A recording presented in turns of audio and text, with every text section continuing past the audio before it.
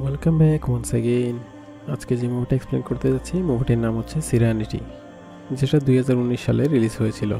এই মুভিটি একটা রহস্যময় দ্বীপের কাহিনী দিয়ে তৈরি হয়েছে, যেখানে ডিল নামের একটা লোক আটকে গিয়েছিল।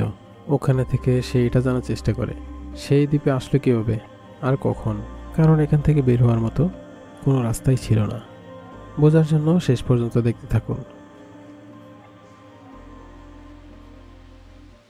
মুভি শুরু হয় আর আমরা ডিলকে দেখতে পাই। ডিলের কাছে একটা বোট ছিল, মাছ ধরা তার খুব শখ। ডিল প্লাইমাউথ নামের একটা দ্বীপে থাকতো। টাকা কামানোর জন্য সে প্রায়ই ট্যুরিস্টদেরকে তার সাথে নিয়ে যেত। ডিল তাদের জন্য রড সেট করত আর ট্যুরিস্টরা মাছ ধরত। এভাবে তারা অনেক খুশি হতো। এটার বদলে ডিল কিছু টাকা পেয়ে যেত।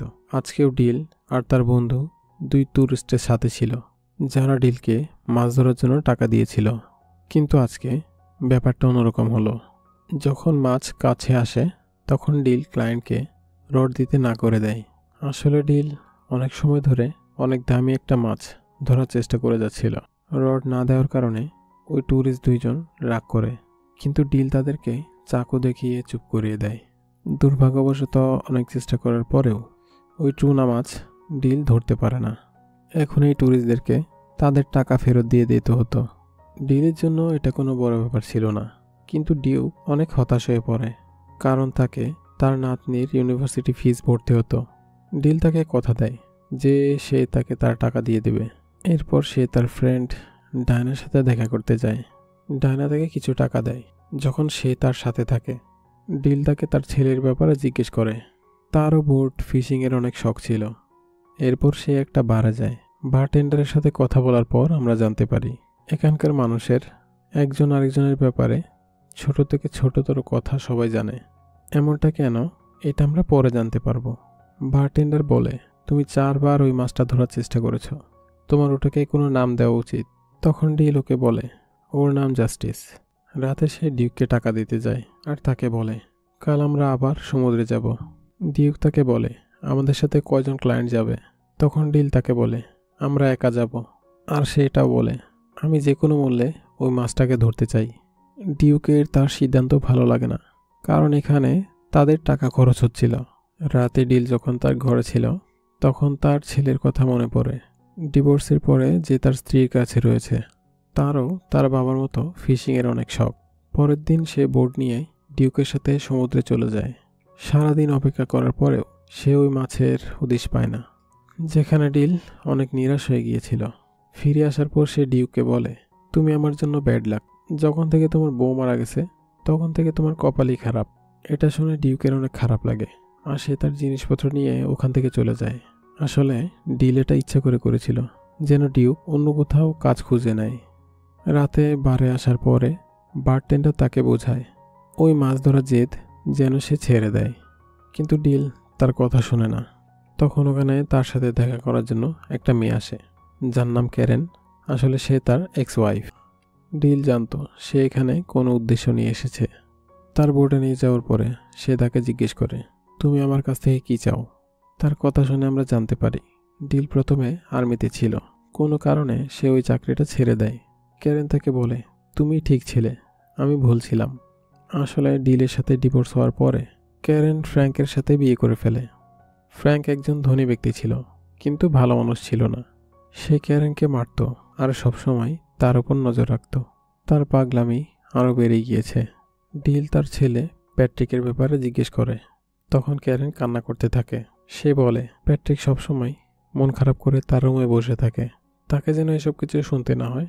সে সারাদিন কম্পিউটারে গেম খেলে। এইসব কিছু বলার জন্যই ক্যারেন এখানে এসেছিল। ডিল তাকে বলে তুমি তাকে ডিভোর্স দিয়ে দাও। ক্যারেন বলে আমি এটা করতে পারবো না, সে আমাকে মেরে ফেলবে, আর এটার জন্যই সে এখানে এসেছিল। সে আর ডিল মিলে ফ্র্যাঙ্ককে মেরে দিতে। সে তাকে মাছ ধরার বাহানায় বোর্ডে আনবে, আর এই কাজের জন্য সে তাকে $10 মিলিয়ন দেওয়ার জন্য রাজি ছিল। কিন্তু ডিল তাকে না করে দেয়, কারণ সে কাউকে মারতে চাচ্ছিল না। ক্যারেনের যাওয়ার পরে একটা লোক ডিলকে খুঁজতে এখানে আসে। আসলে সে অনেক দিন ধরেই ডিলের উপর নজর রাখছিল, কিন্তু সে ডিলের সাথে দেখা করতে পারে না। পরের দিন সকালে যখন ডিল সমুদ্রে গোসল করতে যায়, এক পলকের জন্য সে তার ছেলেকে দেখতে পায়। এর মধ্যে আমরা ফ্র্যাঙ্ক আর ক্যারেনের চিল্লানোর আওয়াজ শুনতে পাই। আমরা প্যাট্রিককে দেখতে পাই যে তার রুমে ছিল।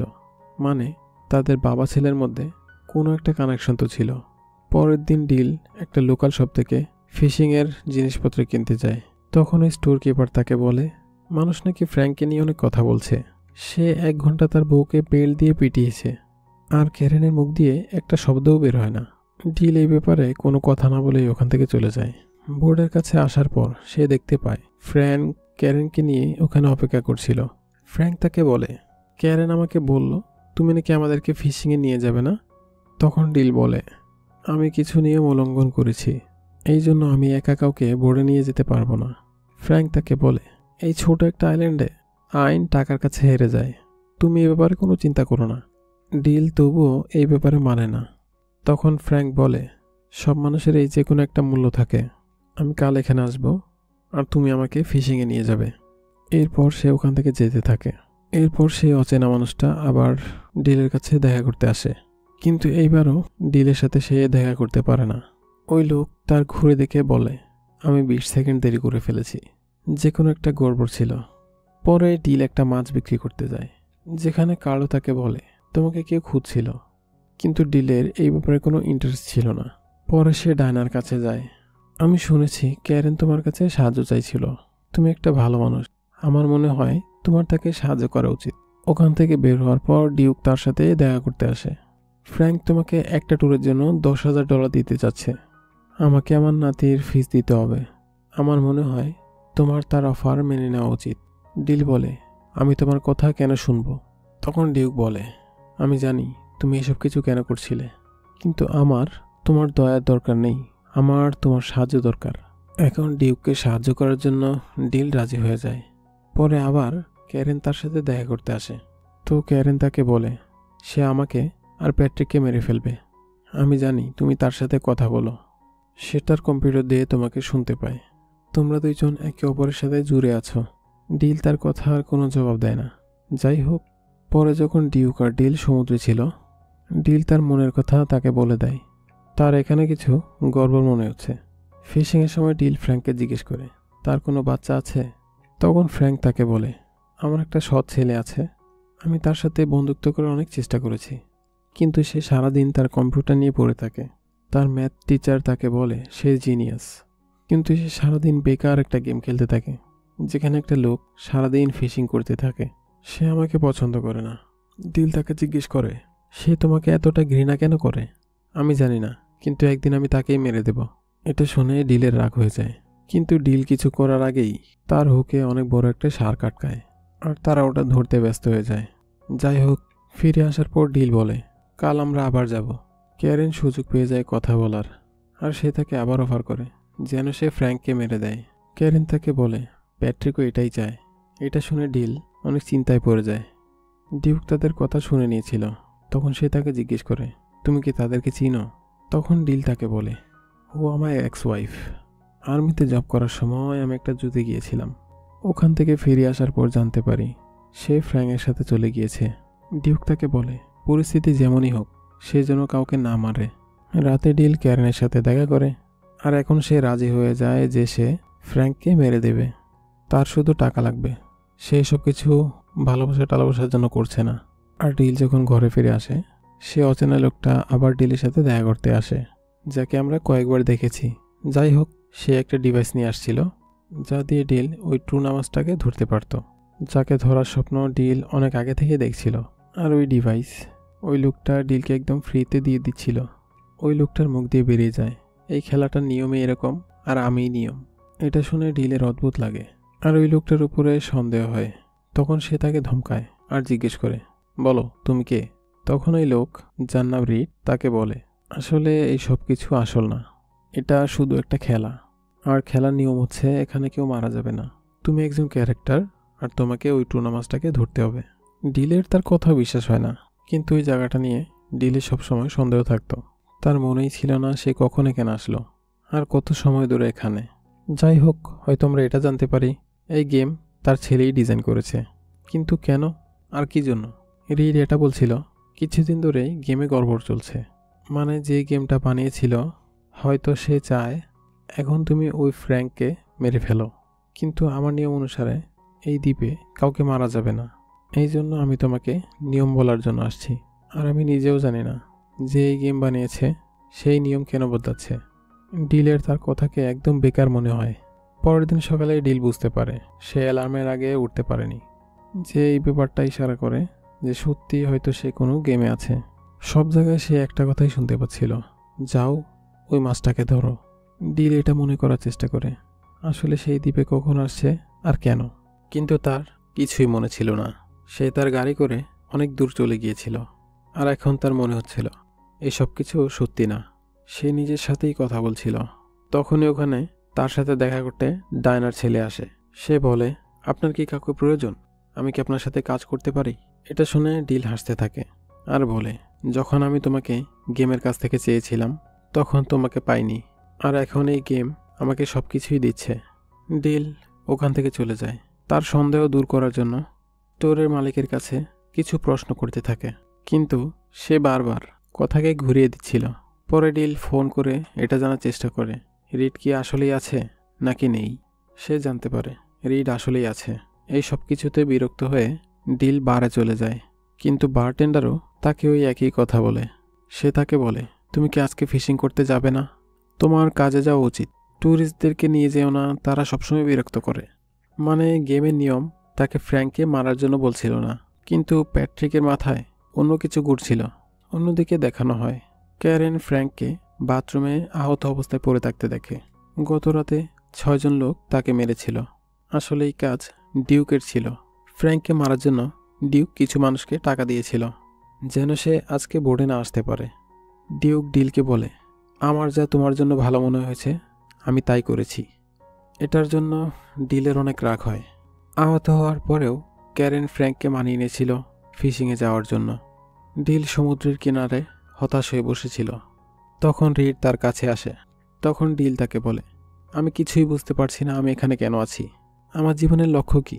আমি কি পাগল হয়ে গেছি? রিড তাকে বলে, এটার ব্যাপারে তো আমিও কিছু জানি না, কিন্তু আমি এটা জানি এখানে কি হচ্ছে। আমরা কারো স্বপ্ন, আর আমাদের ব্যাপারে সেই জানে যে আমাদেরকে বানিয়েছে। আর হয়তো তুমি জানো সে কে। তখন ডিল বলে, হ্যাঁ, সে একটা ছোট বাচ্চা যে একটা অন্ধকার ঘরের মধ্যে বসে আমাদেরকে দেখছে। তার সৎ বাবা তার মাকে মারতে থাকে, হয়তো এই জন্যই সে এই গেমটা বানিয়েছে।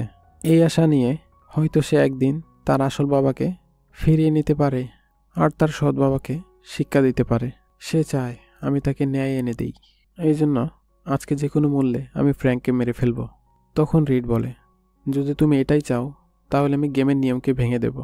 যদি আমাদের বানানো লোক এটা চায় তাহলে তোমার এটাই করা উচিত। ক্যারেন ফ্র্যাঙ্ককে বোটে নিয়ে আসে। এর মধ্যে ডিল ছুটে তার বোটের মধ্যে যায়। আসলে প্যাট্রিক এমন একটা গেম বানিয়েছিল যেটার মাধ্যমে সে তার বাবার সাথে সময় কাটাতে পারত, কিন্তু যেভাবে তার সৎ বাবার টর্চার বেড়ে চলেছিল প্যাট্রিকের মনে তার জন্য রাগ বাড়ছিল। প্যাট্রিক শুধু এটাই চাইতো সে যেন কোনো সংকেত পায় যে ফ্র্যাঙ্ককে মারা ভুল সিদ্ধান্ত নয়। এই জন্য সে গেমে ডিলকে চিন্তাভাবনা করার মতো ক্ষমতা দিয়েছিল, যেন ডিল তার মনের কথা শুনতে পারে। তার যা সিদ্ধান্ত হবে প্যাট্রিকও তাই করবে। এটাই কারণ ছিল গেম তাকে বারবার মনে করাচ্ছিল তার মাছটাকে ধরতে হবে, কিন্তু ডিলের চিন্তাভাবনা বদলাচ্ছিল। যাই হোক, ডিল বোর্ডের কাছে পৌঁছে যায় যেখানে ফ্র্যাঙ্ক আর ক্যারেন আগে থেকেই ছিল। ডিল ফ্র্যাঙ্ককে সমুদ্রে নিয়ে যায়। ফ্র্যাঙ্কের অবস্থা আগে থেকে অনেক খারাপ ছিল আর ক্যারেন তাকে নেশার ঘরেও রেখেছিল। তখনই তারা জানতে পারে বোর্ডে স্যামসনও ছিল যে তাদের এই প্ল্যানটাকে নষ্ট করতে পারত। কিন্তু শেষের দিকে ডিল যখন রড ফ্র্যাঙ্কের হাতে দিয়ে দেয় তখন শার্ক তাকে পানিতে টেনে নেয় আর তার ওখানেই শেষ হয়ে যায়। সত্যিকারের দুনিয়াতে প্যাট্রিক মানে ডিলের ছেলে ফ্র্যাঙ্ককে সত্যি সত্যি মেরে ফেলে। সবশেষে আমরা এটা জানতে পারি ডিলের আসল যুদ্ধ তার মৃত্যু দিয়ে শেষ হয়েছিল। গেমে যেটা ছিল এটা শুধু প্যাট্রিকের একটা ভাবনা ছিল। যাই হোক, এই মৃত্যুর পর প্যাট্রিককে মানসিক হাসপাতালে রাখা হয়েছিল। গেমে আমরা দেখতে পাই ক্যারেন ডিলকে বিদায় জানাচ্ছিল, কিন্তু ডিল প্যাট্রিককে নিয়ে আসার শর্ত দিয়েছিল। ডিল জানতো সে শুধু একটা গেমের মধ্যেই আছে। তখন ক্যারেন কাঁদতে কাঁদতে বলে, কোনো না কোনো সময় তুমি অবশ্যই তার সাথে দেখা করতে পারবে। তখনই ক্যারেন ওখান থেকে গায়েব হয়ে যায়। আর তখনই ডিলের কাছে একটা ফোনে কল আসে। কলের অন্যদিকে প্যাট্রিক ছিল। তার আওয়াজ শুনে ডিল অনেক খুশি হয়েছিল। প্যাট্রিক বলে, আমি হয়তো অনেক কিছু ভুল করেছি। তখন ডিল তাকে বোঝায় তুমি যা করেছ ভালোর জন্য করেছ। প্যাট্রিক বলে, আমি এই গেমের মধ্যে কিছু বদলাবো যেন আমি তোমার সাথে দেখা করতে পারি। ডিল অনেক খুশি হয় আর বলে, আমি তোমার অপেক্ষায় থাকবো। কল কাটার পর ডিল দেখতে পায় ওখানে সবকিছুই বদলাচ্ছিল। আর পরেই আমরা দেখতে পাই প্যাট্রিকও গেমের মধ্যে ছিল। সে ডিলের সাথে দেখা করার জন্য বোর্ডের দিকে দৌড়াচ্ছিল। তাকে দেখে ডিল অনেক খুশি হয়। দুইজনেই একজন আরেকজনকে জড়িয়ে ধরে, হয়তো গেমের মধ্যেই, কিন্তু প্যাট্রিক তার বাবার সাথে ছিল। আর এর মধ্যে দিয়েই মুভিটি শেষ হয়। এই কাহিনীর মধ্যে বাবা আর ছেলের মধ্যে ভালোবাসাকে তুলে ধরা হয়েছে। যার বাবা এই দুনিয়া থেকে চলে গিয়েছে শুধু সেই বুঝতে পারবে বাবা না থাকার কষ্ট কী। আশা করি এই কাহিনীটা আপনাদের ভালো লাগবে। দেখা হবে নেক্সট ভিডিওতে। আল্লাহ হাফেজ।